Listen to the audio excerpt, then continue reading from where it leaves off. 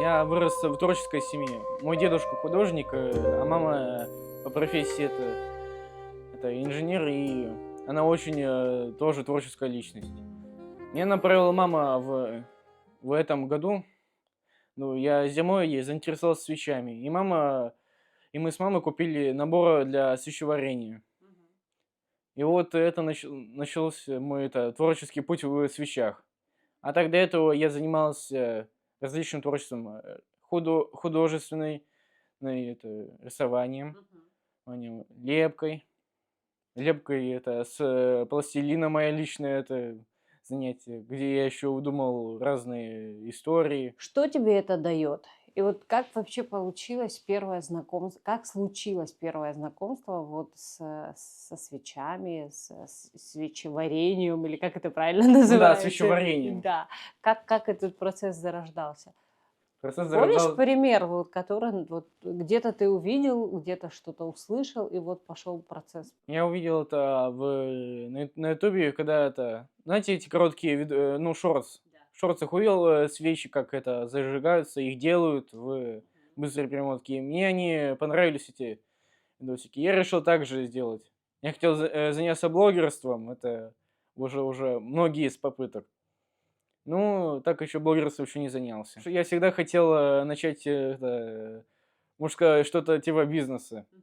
У меня была постоянная идея, где-то я помню, что первая идея насчет бизнеса у меня была в 10 лет. Я хотел сделать ферму на даче своего дедушки. Ну, не получилось. Не увенчалось Не успехом. получалось, потому что дача в аварийном состоянии. Ну и тем не менее ты начал заниматься тем делом, которое тебе, ну, приносит пока, наверное, минимальный доход, но планируешь развиваться и расширяться в этом направлении наверняка. Да, я планирую расширяться. Я думаю, если когда у меня уже будет достаточно хорошая платформа, я думаю расширяться, взять себе какое-нибудь отдельное здание или там какой-то кабинет, что ли, мастерскую. И там это творить, чтобы было удобнее. Потому что места не особо много в моей мастерской нынешней.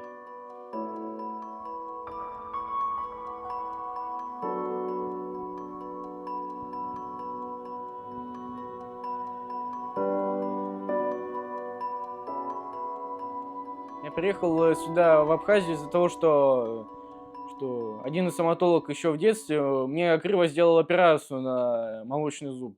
Из-за этого у меня появилась опухоль вот там во рту. Из-за этого я могу кривить рот и картавить. Ставить. В холоде мне нельзя было быть в холоде, потому что оно могло ухудшить рану. Из-за этого мы приехали в Абхазию. Мама здесь и имела квартиру и вообще была здесь знакома с разными знакомыми. И маме очень нравилось это место. Ну и вот вы переехали всей семьей в Абхазию, Да, получается. всей семьей. Бабушка, дедушка и мамой. Мой родной отец остался в Сочи строить это стадион для Олимпийских игр. А на сегодняшний день кто живет здесь? Живу я, мама и мой отчим. Очень важна на начальном этапе поддержка родителей.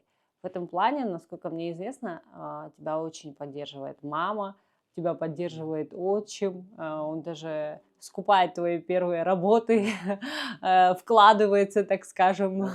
Вложился папа мой 40 тысяч рублей за все это. Мы пока что еще только малую часть отработали, и даже если посчитать, то максимум это даже в убыток еще идет. Поскольку я делаю очень низкие цены на свою продукцию. Ну, чтобы зарождалась небольшая популярность и так далее. Меня мама очень сильно поддерживает. Она меня наставляла меня вообще на пути. Мама показала мне все, что надо. Она знала, как делать вещи, и меня научила этому тоже. Ты учишься в школе. Да. В Седьмой. седьмой школе, в 8 классе. Да, 8 Б. Насколько я знаю, ты учишься очень хорошо. Да, это у меня там пятерки, четверки в прошлой четверти были. И сейчас у меня пятерки, четверки. Как твои одноклассники относятся к твоему творчеству? Да, очень хорошо. И хотят за его получить бесплатно. В смысле Как? получить бесплатно? Ну, прямо В они, подарок? да, подарок себе на день рождения. Запрашивают сразу там ручку. Я еще иногда дарю свои свечи и изделия из смолы учителям. Прям. Понятно, почему ты в убыток себе, пока занимаешься этим. Такой добродушный, всем все даришь, получается. Да, ну сначала я перед тем, как участвовал в своей первой ярмарке в ГУМе, в пасхальной ярмарке, я вообще просто делал и дарил как подарки учителям, там, друзьям, одноклассникам и вообще всем знакомым. Какая реакция? Хорошая, им нравилось очень и свечи. Here comes the sun, doo-doo-doo. Here comes the sun. I say it's alright. Little darling, it's been a long, cold, lonely winter. Little darling, it feels like years. Пасхальная ярмарка была у меня одна из самых неудачных ярмарок. Я там смог заработать и можно сказать, что аренду отработать. При этом надо отметить, что это был твой первый опыт. На первого я не отчаялся и решил на второй пойти. На второй выставке я пошел с новым товаром, с колечками и со смолой. На первой пасхальной выставке я был только со свечами. И вот за 2 месяца я научился делать смолу, и, конечно, они выглядели еще хуже тогда, чем сейчас.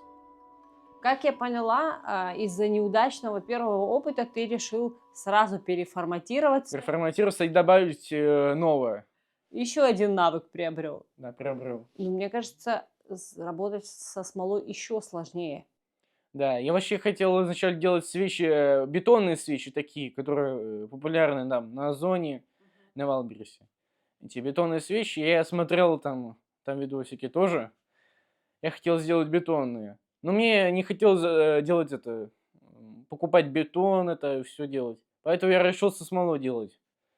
Смола мне понравилась. И мы покупали несколько молдов, это формочки.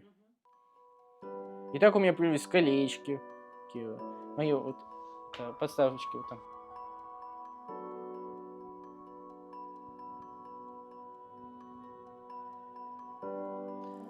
Ну, Яромир, тут малая часть твоих работ. Да, мало. И то нужно отметить, что это вот та часть, которую Которую папа выкупил забронировал. отец.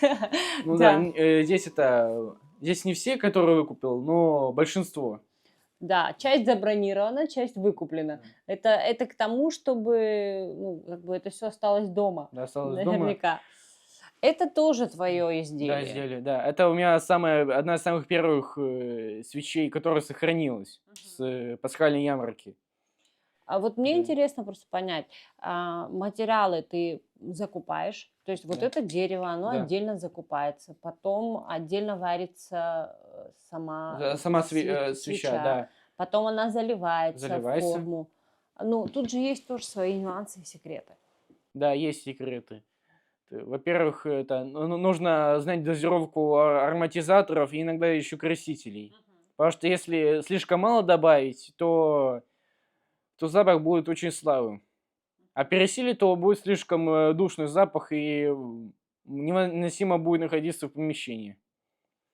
Красители иногда могут делать не самый красивый цвет, и он будет не очень.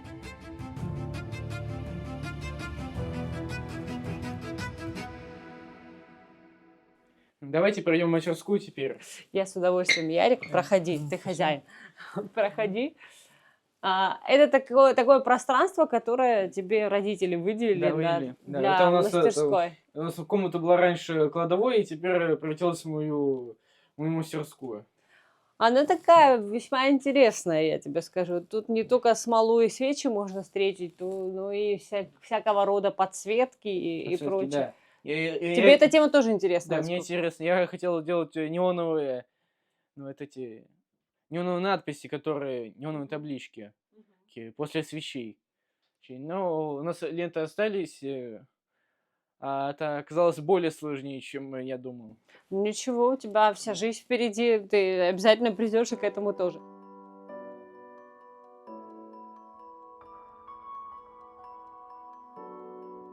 Я вам покажу процесс это с смолой, Давай, потому с что, удовольствием. да. Вот тут, вот давайте перейдем вот с самой первой полочки. Это у нас восковая разделительная смазка. Она нужна для того, чтобы разделять большие изделия по типу доски. Из-за того, что там слои бывают разные, там несколько слоев используется, она очень сильно помогает. Мы сюда заливали как постепенно квадратиками. А, то есть частями получается. Частями, да. Да. Вот там вот по квадратикам. У нас было 2 стакана смолы. И вот черный, белый, черный, белый, черный, белый. И потом был третий слой в виде большой заливки. Смазка это очень пригодилась, чтобы это было все красиво и не было пузырей. Так, давайте перейдем к следующий инструмент. Инструмент после того, как смола уже сделалась. Это у нас шлифовальная машинка. Она очень нужна для того, чтобы отшлифовать изделия. Это маленькие изделия по типу колец, амулетиков и маленьких свечей. Вот таких. Да, тут, кстати, хочу отметить сразу, что и заливал ты, Да, и и шлифовал. и шлифовал ты, в принципе, тут и смола, и свеча, и все Да. твое. Да, и сначала я делаю эту форму, потом шлифую форму, и потом уже заливаю свечу, чтобы было удобнее. Давай покажем ближе. Там не просто форма и не просто Давай. заливка. Там внутри много чего интересного есть. Как я уже говорил, то все эти водоросли, камушки, ракушки, я их добывал на разных пляжах нашей страны. Там, в Ишере, в Гагре. На Вот диком сколько пляже. времени понадобилось тебе для создания вот такой красоты? Такой красоты понадобилась неделя. На обычную свечу уходит неделя. Неделя работы. Вот у нас маленькие, там требуется либо от 2 до 3 слоев. Это у нас двухслойная работа. Есть как трехслойные работы. Смотри, у тебя уходит неделя на создание всей вот Да. этой композиции, Не получается. все, я их делаю, сразу несколько штук делаю, так просто удобнее. Там от 3 до 9. Давай расскажем нашим зрителям, сколько вот такая свеча одна стоит. Такая свеча стоит 400 рублей, поскольку А трудиться над ней надо надо целую неделю, как минимум.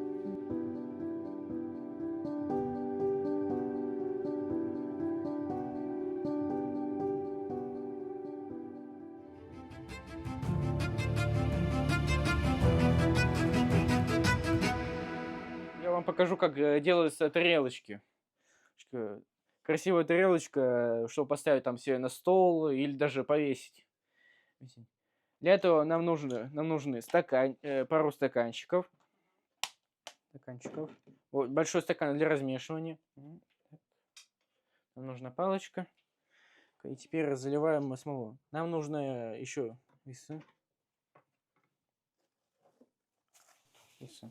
Мгм. А для чего нам весы? Для Весы, того, чтобы измерить граммов смолу. Мгм.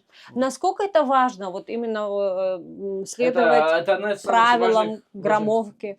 граммовки это очень важно, чтобы, во-первых, не тратить слишком много отвердителя или смолы, а во-вторых, чтобы это изделие было уложено хорошо.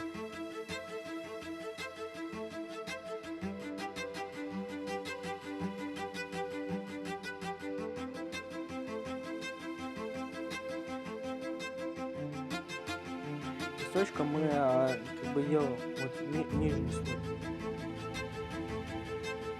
Ну, такая песчаная часть. Не надо просто помогать смоле.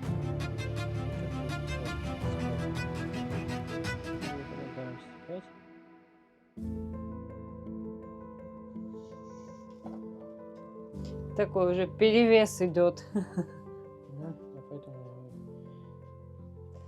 Теперь, наверное, самое время залить другую смолу красителем, да? Да.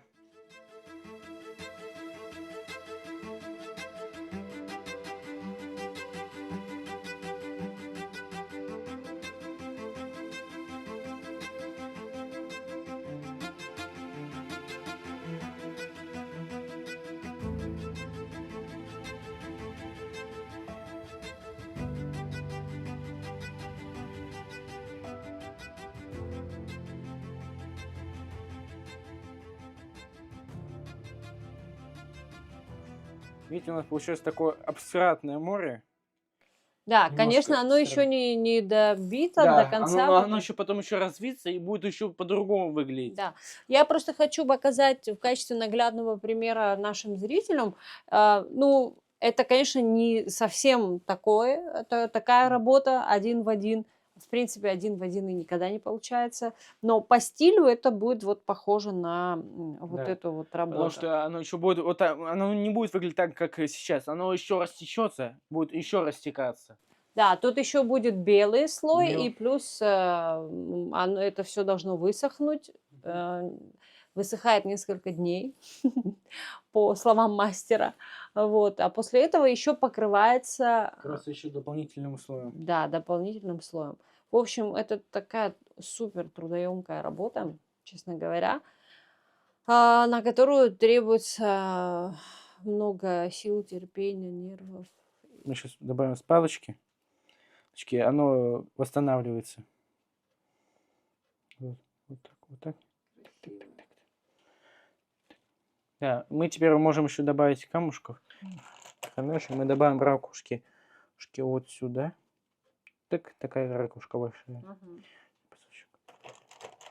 И еще добавим вот такую ракушку вот сюда. Да, и мне кажется, самое главное в этом Добавить деле вовремя Это остановиться. Вовремя остановиться.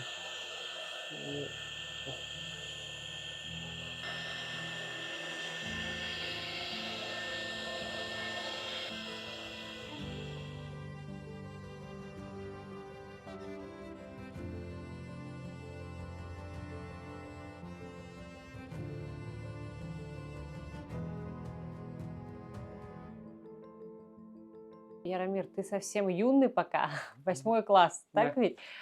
14 лет, вся жизнь впереди. Однозначно все, чем ты сейчас занимаешься, это такое хобби, возможно, с одной стороны. С другой стороны, может быть, начало чего-то большего. Ты замечательно там, учишься очень хорошо. Наверняка есть планы далеко идущие. Возможно, они изменятся еще до окончания Да, школы. да, Кон- есть уже. Да, расскажи немного о том, каким ты видишь свое будущее. Какое оно должно быть или какое оно в твоем таком идеальном мире? В идеальном мире я либо режиссер, либо робототехник. А магазин свечи и светильники все так же будет. Это название моего магазина. Свечи и светильники. Я буду также делать и смолу, и свечи. Но, возможно, оно станет моим основной деятельностью. Там, может, массовое производство будет, получится. И там, или я получу эти большие, эти индивидуальные заказы, или оптовые заказы до больших корпораций. Там, например, для отелей или для офисов. Ну, что тебе для этого требуется, как ты думаешь, как считаешь? Однозначно нужно наращивать полученный опыт, Да, знания, и это очень важно всегда в любом деле. да, опыт нужен. Я думаю, что там нужно помощники и помещение. Там прямо помещение такое, что было бы побольше. И да, я думаю, с какими-то там скорпоратироваться в возможном будущем. В ближайшие годы ты, естественно, планируешь добивать свою учебу школьную, Да. параллельно заниматься тем, чем ты занимаешься сейчас. Я правильно понимаю? Есть еще какие-нибудь, там, не знаю, направления, хобби, интересы? Хобби. У меня нет. Я ходил на спорт, но уже не хожу. А так у меня все. Там из хобби или там Свечи, смола. свечи, да, свечи и подстаканники. Отлично. Я тебе желаю удачи во всех твоих начинаниях. Вообще не сомневаюсь в том, что все твои цели, идеи реализуются. Пускай все будет в легкости и с легкостью. Спасибо большое.